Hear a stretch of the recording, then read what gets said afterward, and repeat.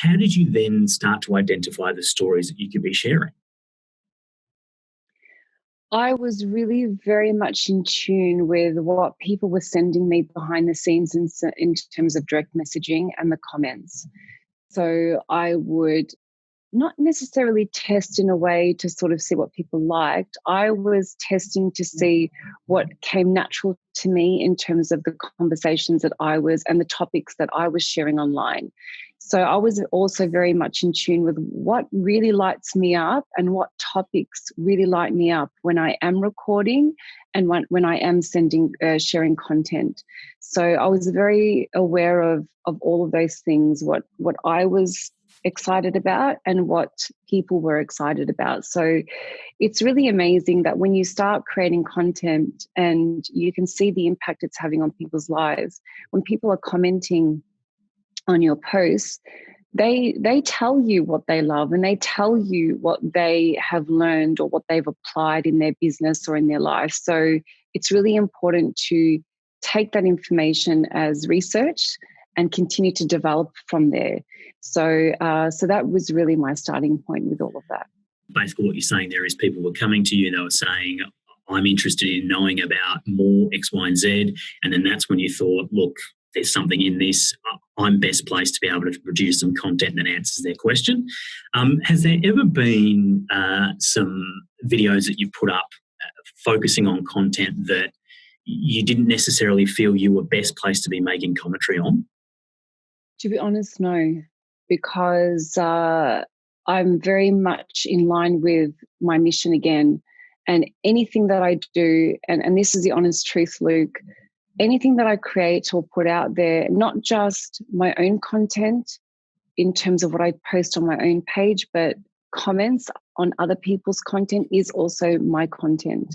So anything that I do, I really do go back to, is this in line with my mission? And is this bringing me closer to my goal? And they're the two questions that I constantly ask myself. And now I do it so naturally and subconsciously that it's just part of my process. You've hit the nail on the head there, Tina, because we say this to our clients all the time. If they're not best placed to be dealing with it, they shouldn't necessarily be doing content around it, because for content to be a lead generation tool, you need to be playing to your strengths because that's what builds your authority. So it's no surprise that you've gone about that. It's a very smart move and it makes a lot of sense and it's working for you, because if you put up a video, you'll get hundreds of comments, you'll get thousands upon thousands of shares and likes and all sorts. So what you're doing is definitely hitting the market, and that goes back to your content strategy. So talk me through your LinkedIn content strategy. We know that it's governed by your mission, but what do you put in place in order to pump out your content? This is a question that I get asked quite a lot. And one of the things that I say to people is that you need to really understand what your content pillars are. And they're your guiding force. So they're your foundational topics or categories or your go-to that you will be sharing in terms of content. So, for example, one of my content pillars is inspirational type content, and that could be anything around mindset or anything around motivational type content that is really going to help people on a mindset level. So that's one of my content pillars. So in terms of my strategy, it's all very much in line with the content pillars that are, again, in line with my mission and my why. And I know I keep talking a lot about that, but I really like to keep focusing on that because that's where everything stems from. And people really need to get a lot of clarity around what their purpose is and what their why is, because your content will come from that. And I can tell you, going back to your previous question, Luke, that's how you don't steer away from what you need to talk about. LinkedIn is not really the kind of space where you're going to see a lot of cat videos, which are funny, but you're not going to be seeing a lot of that content. And you won't be producing that type of content if you stick to your content pillars. And that's a huge part of my strategy. And so when you're dealing with your clients then and they face questions around what their why is and they're not 100% sure, so then therefore they shouldn't be doing their content right in that particular moment, how do you talk them through that to get them to a point where they have the confidence to be able to do their content and know that it has an underlining message with it as well? Really great question, Luke. So a lot of, and you would know this, running your own business, sometimes we get so caught up in running the business that we actually forget why we started the business in the first place. So we really go back to the very, very beginning and have really deep conversations around, well, why is it that they decided to be in this industry? What is it about this industry that they absolutely love, and why are they so emotionally connected to it? So we really look at the foundation as to really where it all began. And again, remind themselves as to, well, is this something that you're still aligned to? If not, let's create some new goals that you are aligned to, that actually that you are emotionally connected to, so that when you are showing up in the world, people can feel that even through a screen.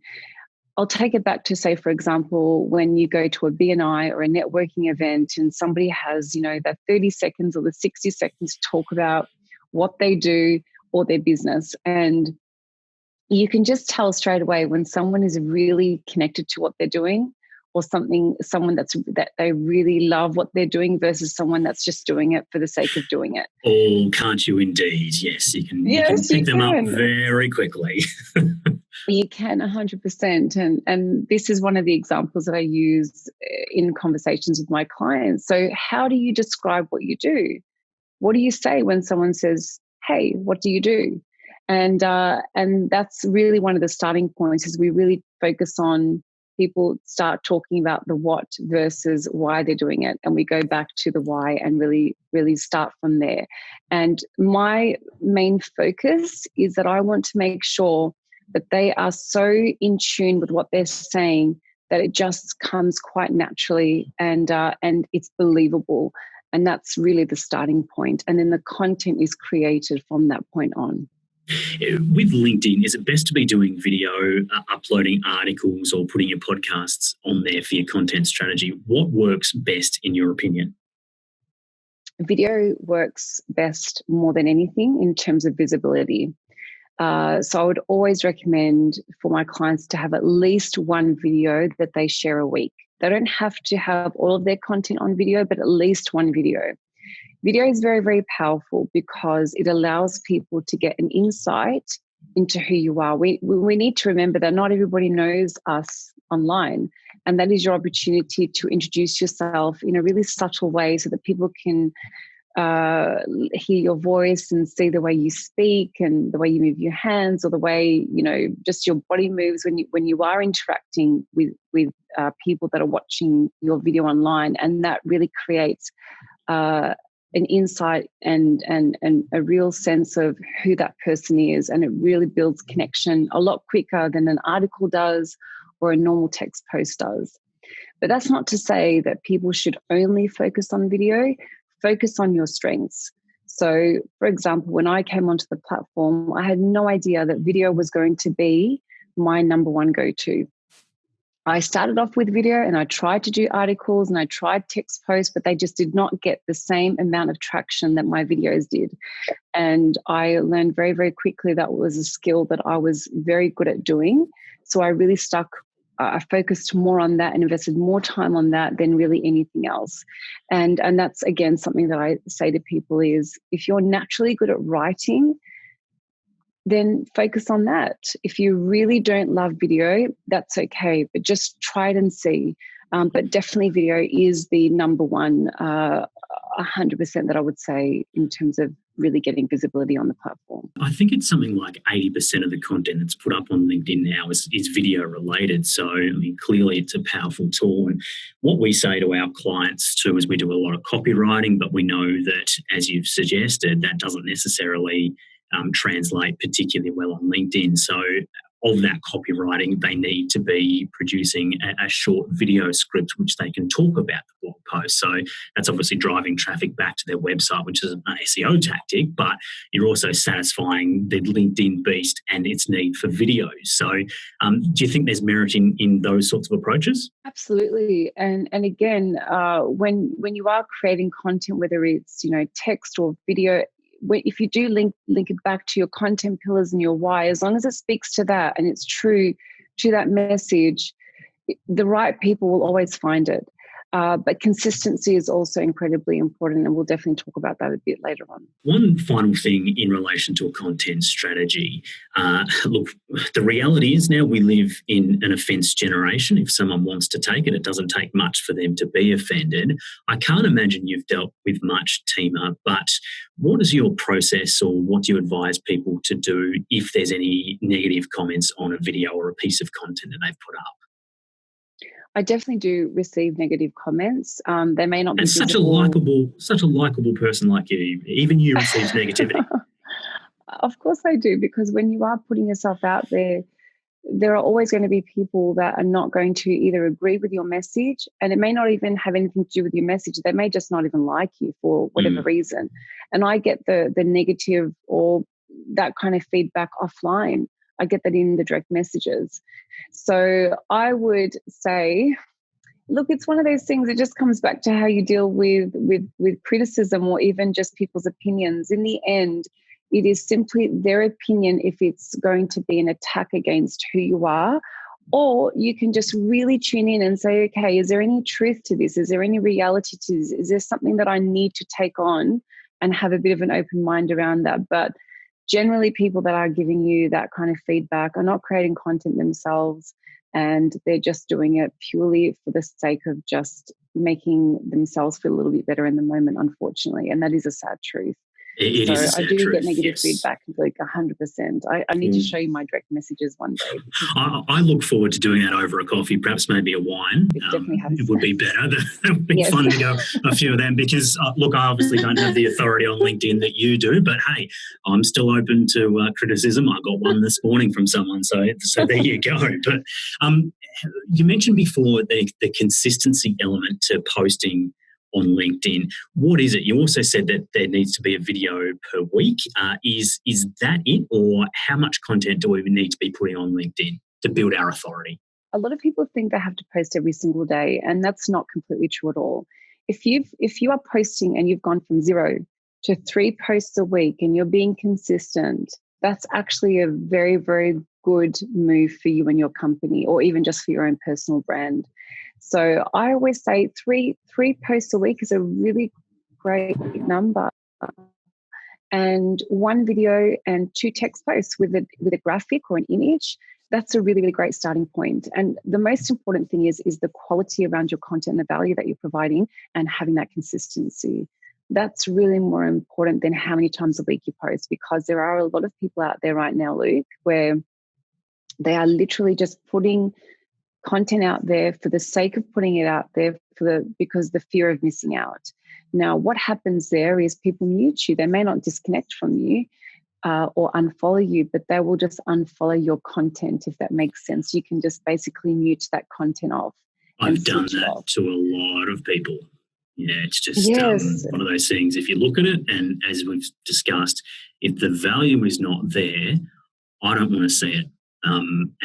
That's when I go back to earlier mentioning about the egotistical element to a lot of content. When people are doing that, automatic switch off. So I'm not surprised other people mute them as well. And we need to remember that people do that, and it's so important to not be a part of contributing to the noise. You really want to cut through the noise, and the only way you can cut through that is through providing value. Now, what is value? It's such an overused word.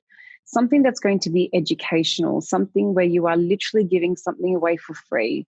And you don't have to give everything away for free, but something that somebody in your target market or your target audience, that they can apply today and take away today, and they will remember you for that. And something that is also a little bit entertaining. You don't have to be like a comedian or anything, but something that's going to be engaging. So, for example, financial planning is probably one of the most boring topics out there. You said it, not me. Okay, let's be real.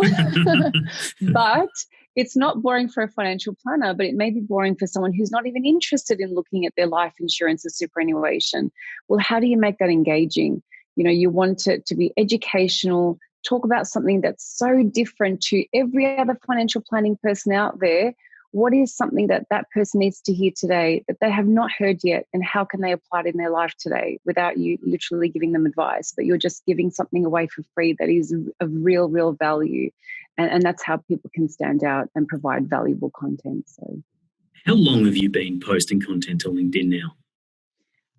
okay, so consistently just under 2 years. So I started in May of 2018, and I started with 500 connections. And within about 6 months, that grew to about 25,000 because I was consistently posting. Now, when I first started, Luke, I set myself a challenge. I said, I'm going to post every day for 30 days. And I did exactly that. So that was a really good starting point for me. And it was extremely scary because it was all video, and it was really hard to be creative and post something that actually was going to be valuable to people daily. So that was a real challenge, but I loved it. And it was one of the best things I ever did. What has that challenge, that 30-day challenge, done for your business and your brand 2 years later? For my business and my brand, so people started to really notice me online, and that was a really great starting point for my own personal brand. And then also what was happening behind the scenes, and this is what people need to remember: the numbers that you see are not always reflective of the opportunities that are available. So I had companies that were watching me in the background. They were not necessarily contributing to my content. They weren't liking or commenting, but they were just watching me in the background. And then they could see that I was being consistent, and they could see that I was making a difference on the platform. So after, say, 2 or 3 months, they approached me, and I had, national heads of companies that would send me a random direct message and say, hey, Tima, we've been watching you create content since whichever month, and we would love to speak to you about what you can do for our company.